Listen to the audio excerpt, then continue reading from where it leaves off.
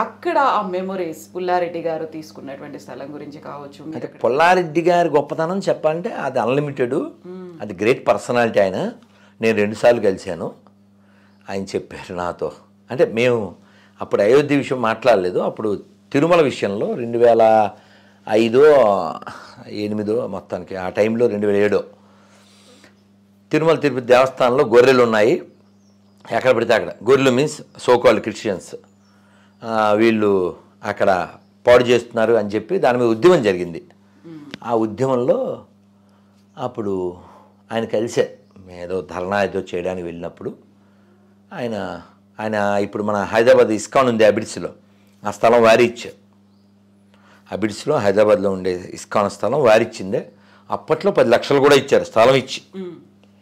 ఆయన నేను కనబడగానే కుర్చీలోంచి లేచి దగ్గరికి వచ్చి, పెద్ద ఆయన మీన్స్ ప్రభుపాదుల వారు మా ఇంటికి 4 తూర్లు వచ్చారు అని చెప్పి చాలా సంతోషంగా చెప్పారు మహానుభావులు. అయితే ఈ అయోధ్య ఇష్యూలో వారి విషయాలు ఒక 2 చెప్తాను. వారు అశోక్ సింఘాల్జీ వారి ఇంటికి వచ్చినప్పుడు ఈ కోర్టు కేసులు ఖర్చు అని కొంత ధనం ఇచ్చారు. అశోక్ సింఘాల్జీ ఇది సరిపోదేమో, ఇంకా ఫర్దర్గా ముందుకు వెళ్ళాలి, ఎలాగ మనం ఈ కార్యం ఎలా విజయవంతం అవుతుంది, ఈ లాయర్లు ఈ పోషణ ఇదంతా అవసరం కదా అంటే ఆయన ఇంట్లోంచి అశోక్ సింఘాల్జీ చేయి పట్టుకుని ఇలా బయటికి తీసుకొచ్చి, ఏం పర్వాలే ఇల్లు అమ్మేద్దాం, మీరు పని ఆపకండి. అది పుల్లారెడ్డి గారు.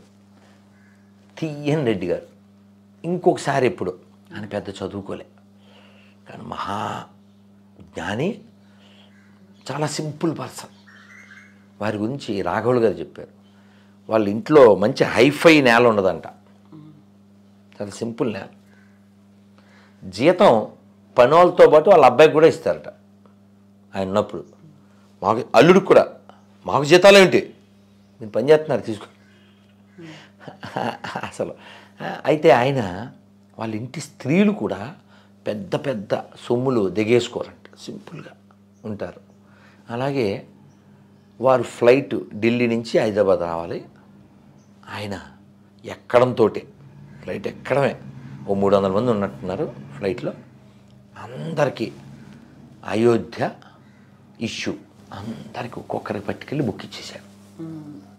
అంటే నిరంతరం ధర్మం కోసం అదొకటి. ఇంకోటి విన్నాను, ప్రతి నెల లేకపోతే ప్రతి సంవత్సరము విశ్వ హిందూ పరిషత్తు ఈ కార్యక్రమాలు చేయడానికి 5 లక్షలు ఎంతో పంపించేవారు.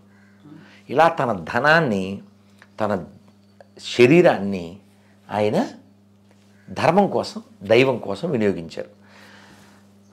ఓ చోట చదివాను నేను, మన కోటి విహెచ్పి ఆఫీస్లో, దేశానికి ధర్మానికి వినియోగపడని ధనం దేహం ఎంతుంటే ఏమిటి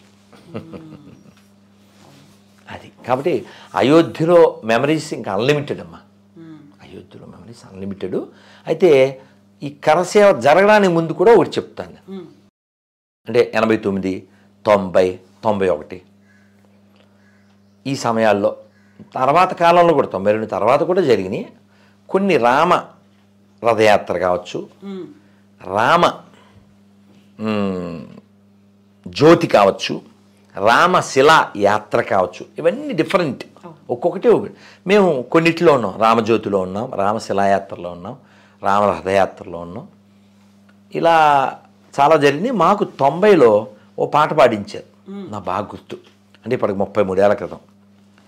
పల్లె పల్లె కదిలే శ్రీరామ రామ రామ, విల్లు చేత బూనే జయ రామ రామ రామ, విధర్మీయ విద్రోహుల కూల్చగ ధర్మయజ్ఞ సంరక్షణ చేయగా. ఎప్పుడుదండి ఇది? 33 ఏళ్ల క్రితం. ఈ మాటలు మీకు అర్థమైపోయినాయిగా. విధర్మీయ విద్రోహుల కూల్చగా ధర్మయజ్ఞ సంరక్షణ చేయగా కదా. కాబట్టి రాముడు ఉన్నాడు, దానికి రుజువు రామసేతు.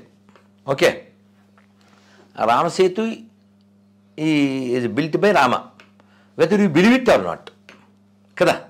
ఇప్పుడు నువ్వు ఒక క్రిస్టియన్ని సమాధిలోంచి అతను లేచాడు అని నన్ను ఎవరో చెప్పాడు.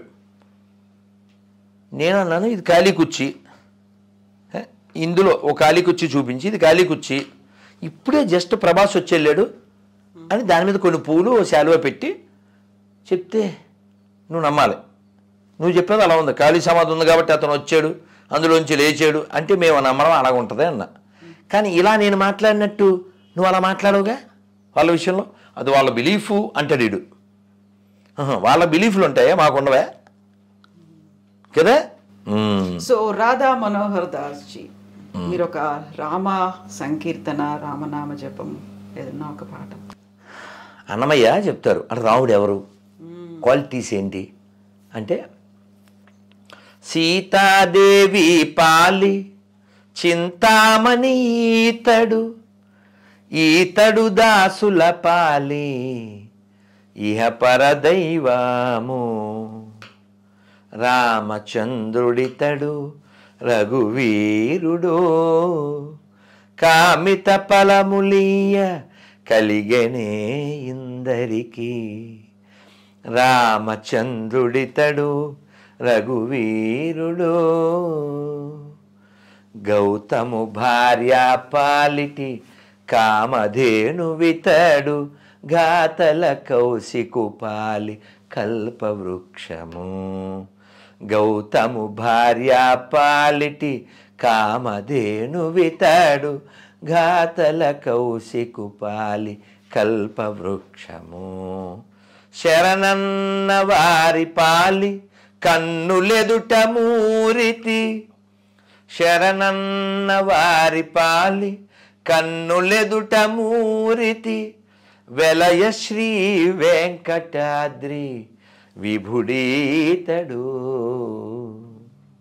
శరణన్న వారి పాలి కన్నులెదుట మూరితి, వెలయ శ్రీ వెంకటాద్రి విభుడీతడు, రామచంద్రుడితడు రఘువీరుడు.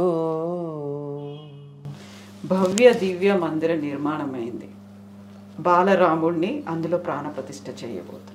రాముడు పుట్టిన నేల, రాముడు తిరిగిన నేల, రాముడు అక్కడికి మళ్ళీ వస్తున్నాడు. ఆల్మోస్ట్ 500 ఏళ్ల పాటు నిరీక్షణ, 100 ఏళ్ల పాటు పోరాటాలు, కోర్టు కేసులు, ఉద్యమాలు, ఇవన్నీ, అవమానాలు, బలిదానాలు. ఇప్పుడు బాలరాముడిని అక్కడ చూస్తున్నప్పుడు ఎలా అనిపిస్తుంది? అద్భుతం కదా. అందులోనూ నిర్మాణము, దాని వాస్తు, దాని శైలి, దాని మీద పెట్టిన ఎఫర్ట్స్ ఇవన్నీ చాలా వ్యాలిడ్. నువ్వు ఒక చిన్న ఇల్లు కట్టలేవు, నువ్వు ఒక చిన్న ఇల్లు కట్టలేవు నువ్వు. అటువంటిది ఏదో జరిగిపోతుంది అని అనుకున్నది ఏమీ జరగకుండా ప్రశాంతంగా ఇంత ఆలయం వస్తుంది. ఎవరో ముల్లా గారు ఒక ఆయన అనౌన్స్మెంట్ చేశారు, 22 जनवरी को सब मस्जिद में రామ్ నామ్ జపుకోరు అన్నాడు ఆయన. ఎందుకంటే ఏం చెప్పాలండి, ఎందుకంటే ఏం చెప్పాలి కదా. రాముడు అందరూ వాడండి. రాముడు ఇప్పుడు ఎడారి మత విదేశీ మత గ్రంథాల్లో ఒక ప్రాంతం పేరు చెప్పి ఆ ప్రాంతానికి నేను సంబంధించిన వాళ్ళనే అంటుంటారు వాళ్ళు. కానీ రాముడు చాలా స్పష్టంగా రామాయణంలో సర్వభూతేభ్యో చెప్పాడు ఆయన. నేను అందరికీ అభయం సర్వభూతేభ్యో అన్నాడు. అందరికీ I have come here to protect all. అంతకంటే ఏం కావాలమ్మా, అది కదా దైవం అంటే. అందుకే మళ్ళీ అన్నమయ్య చెప్తారుగా, దేవదేవం భజే దివ్య ప్రభావం రావణాసురవైరి రణపుంగవం రామం దేవదేవం భజే దివ్య ప్రభావం.